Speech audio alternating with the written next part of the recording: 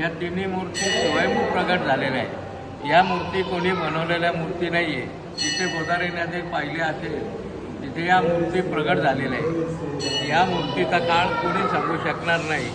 मंदिर बांधून 300 वर्ष झाली. याच्यात सिमेंट वाळूचं मिश्रण काही नाही, फक्त दूध आणि चुना याचं मिश्रण करून हे मंदिर बांधलं. त्यावेळेस याला 23 लाख रुपये खर्च आला होता.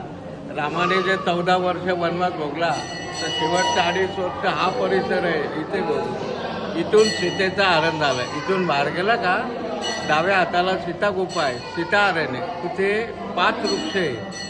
5 वृक्षहून हे पंचवटी नाव पडलेलं. मग इथून 3 किलोमीटर मग तपोवन आहे. तिथे दंडकारण्य आहे. तिथे शूर्पणखेचं नाक कापलं आहे. अर्ध नाक त्यांनी नदीच्या पलीकडे म्हणून तिकडे नाशिक नाव पडलं. इथे 5 वृक्ष म्हणून हे पंचवटी.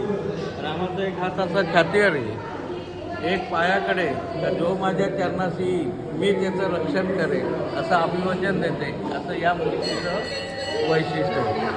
चंद्रशेखर पुजारी.